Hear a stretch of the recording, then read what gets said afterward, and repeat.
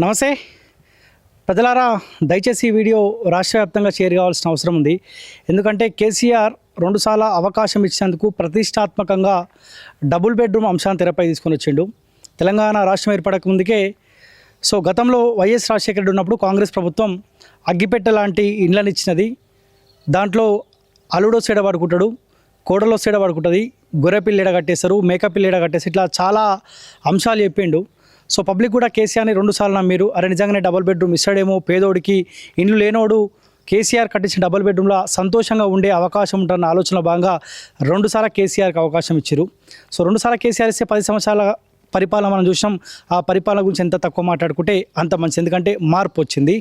మార్పులో తెలంగాణ రాష్ట్ర సహకారం కోసం ఎట్లయితే సబ్బండ వర్గాలు ఏకమైనారో, మొన్న జరిగిన అసెంబ్లీ ఎలక్షన్లో మార్పు కోసం అదే తరహాలో అందరూ ఏకమైతే కాంగ్రెస్ పార్టీ అధికారంలోకి వచ్చింది. కానీ కొంతమంది అనుకుంటా ఉన్నారు, అరే నేను పోరాడితేనే, నేను కొట్లాడితేనే ఎమ్మెల్యేనైనా, లేకపోతే నేను పోరాడితే, నేను కొట్లాడితేనే, నేను ప్రశ్నిస్తేనే ముఖ్యమంత్రి అయినా అని కొంతమంది అనుకుంటా ఉన్నారు. కానీ తెలంగాణ రాష్ట్రంలో ఉన్న నిరుద్యోగులు, ఉద్యోగస్తులు, సబ్బండ వర్గాలు ఏకమైతే మార్పులో భాగంగా, ఆప్షన్లో భాగంగా కాంగ్రెస్ పార్టీ అధికారంలోకి వచ్చిందన్న విషయాన్ని కాంగ్రెస్ పార్టీ నాయకులు గుర్తుపెట్టుకోవాలి. ఇప్పుడు నేను భువనగిరి నియోజకవర్గం బుదాన్పోచంపల్లి మండలం మున్సిపాలిటీ ప్రాంతంలో ఉన్న డబుల్ బెడ్రూమ్ దగ్గర ఉన్న నా వెనకాల మీకు చాలా డబుల్ బెడ్రూమ్ కనిపిస్తూ ఉన్నాయి. చూడొచ్చు, దాదాపు ఒక 100కు పైచిలుకనే ఉంటాయి ఈజీగా. ఇటు పక్కన కొన్ని డబుల్ బెడ్రూమ్లు ఉన్నాయి, ఇటు పక్కన కొన్ని డబుల్ బెడ్రూమ్ ఉన్నాయి. దాదాపు 100కు పైచిలుకు ఉంటాయని చెప్పి ఇక్కడ ఉన్న కొంతమంది స్థానికులు అంటూ ఉన్నారు. ఇక్కడికి వచ్చే ముందు, ప్రధానంగానే వచ్చే ముందు కూడా కొంత సోషల్ మీడియాలో సర్క్యులేట్ చేసే ప్రయత్నం చేసినాం. ఎందుకంటే ఏ అధికార పార్టీని అయితే మనం ఆనాడు బదనాం చేసి మార్పుకు మనం భాగస్వాములమైనామో, ఏ ప్రతిపక్ష హోదాలో ఉన్న బీఆర్ఎస్ పార్టీ కావచ్చు, బీజేపీ కావచ్చు, వాళ్ళకి రిక్వెస్ట్ చేసిన దయచేసి రండి, ఈ అంశాన్ని ముందుకు తీసుకెళ్లాల్సిన అవసరం ఉంది. గతంలో మీరు కట్టించిన ఇండ్లు మీరు ఇవ్వట్లేదు అని చెప్పి మేము మాట్లాడే ప్రయత్నం. కానీ ఇప్పుడు అధికార పార్టీ అయిన కాంగ్రెస్ పార్టీ అధికారంలోకి వచ్చి దాదాపు 6 నుంచి 7 నెలలుగా వస్తూ ఉన్నది.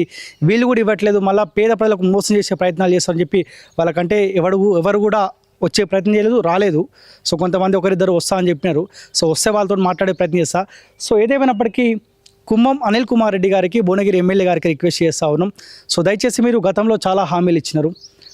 మేము గెలిచిన వెంటనే 10 రోజులలో పేదోని గుర్తిస్తాం, పేదోని తీసుకొని వచ్చి డబుల్ బెడ్రూమ్లో పడేస్తాం, ఆ కుటుంబాలు సంతోషంగా ఉంటారని చెప్పినారు.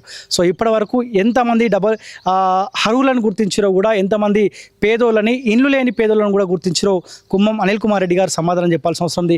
నేను కొద్దిసేపటి క్రితం బీబీ నగర్ డబుల్ బెడ్రూమ్ దగ్గరికి వెళ్ళినప్పుడు అక్కడ కూడా ఆయనతో మాట్లాడే ప్రయత్నం చేసిన.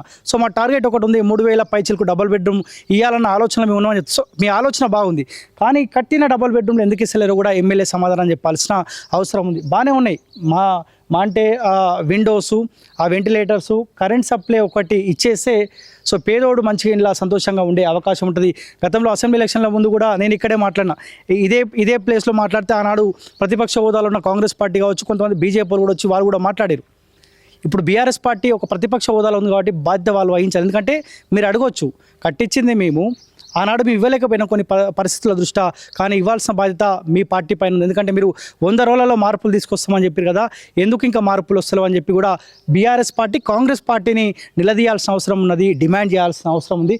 ఒకసారి మీకు ఇక్కడ కట్టించిన డబుల్ బెడ్రూమ్ కూడా ఒకసారి చూపించే ప్రయత్నం చేస్తాను. గతంలో కూడా నేను చాలాసార్లు ఈ విట్టిపైకి కూడా చూసే ప్రయత్నం చేస్తాను. ఎందుకంటే గతంలో ఇక్కడనే చాలామంది పత్తాలు ఆట ఆడుతుండే, తాగుబోతులకు అడ్డాలుగా మారిన పరిస్థితి కూడా మనం చూసినాం.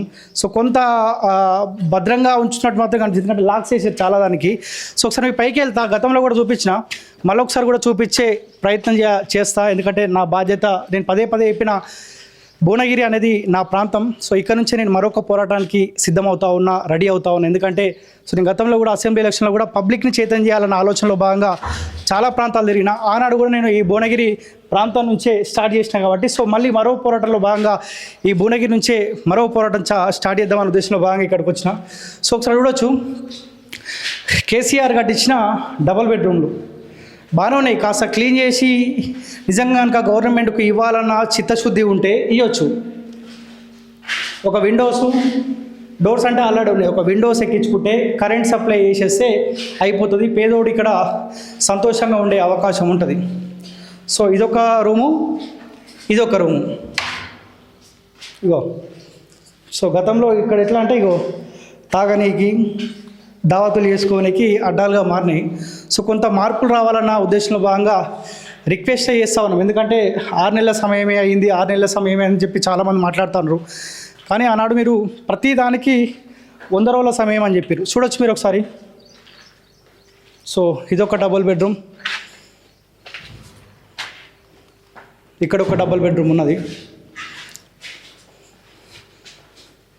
ఇవ్వాలన్న లక్ష్యం, ఇవ్వాలన్న టార్గెట్తో ఉంటే చాలామంది ఉన్నారు. అట్లీస్ట్ ఒకవేళ ఎమ్మెల్యే దృష్టికి రాకపోతే నాకు ఒక అవకాశం ఇవ్వండి, ఈ పోచంపల్లి ప్రాంతంలో ఉన్న చుట్టుపక్కల ఉన్న చాలా ఇద్దామన్న ఆలోచన భాగంగా ఆనాడు టీఆర్ఎస్ పార్టీ కట్టించింది. కాబట్టి ఒకవేళ మీరు పేదోడిని గుర్తించడంలో విఫలమైతే మాకు ఒక అవకాశం ఇస్తే నేను చాలామంది పేదోళ్ళని తీసుకొని వస్తా, ఇండ్లు లేని పేద కుటుంబాలను తీసుకొచ్చే ప్రయత్నం చేస్తా.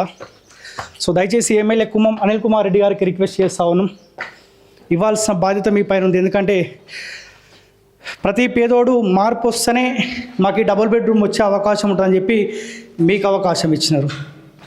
సో ఒకసారి చూడొచ్చు, అంతా గొర్రెలు మేకలు కట్టేసి సో వెట్టి పరిస్థితి అట్లా అయినది. చలోదా. సో ఒకసారి గతంలో కూడా నేను ఆ స్లాబ్ బైక్ ఎక్కి కూడా చూపించే ప్రయత్నం చేసిన. నాసి రకమైన ఇసుక సిమెంట్ వాడడం వల్ల కూడా ఏ క్షణమైన స్లాబ్ కూలిపోయే అవకాశం ఉందని చెప్పి కూడా ఆనాడు కూడా చెప్పిన. సో దీంట్లో కూడా ఏమన్నా మార్పులు ఏమన్నా వచ్చినాయా, ఈయన వచ్చిన తర్వాత దీంట్లో ఏమైనా మరమ్మతులు చేపించే ప్రయత్నం ఏమైనా చేసిండా చూసే ప్రయత్నం చేద్దాం. సో గతంలో కూడా నేను ఇక్కడే మాట్లాడాను అనుకుంటా. కొంత గత ప్రభుత్వం కాంట్రాక్టర్లు కావచ్చు, లేకపోతే వేరే వాళ్ళు కావచ్చు. ఒకసారి చూడవచ్చు మీరు. ఇగో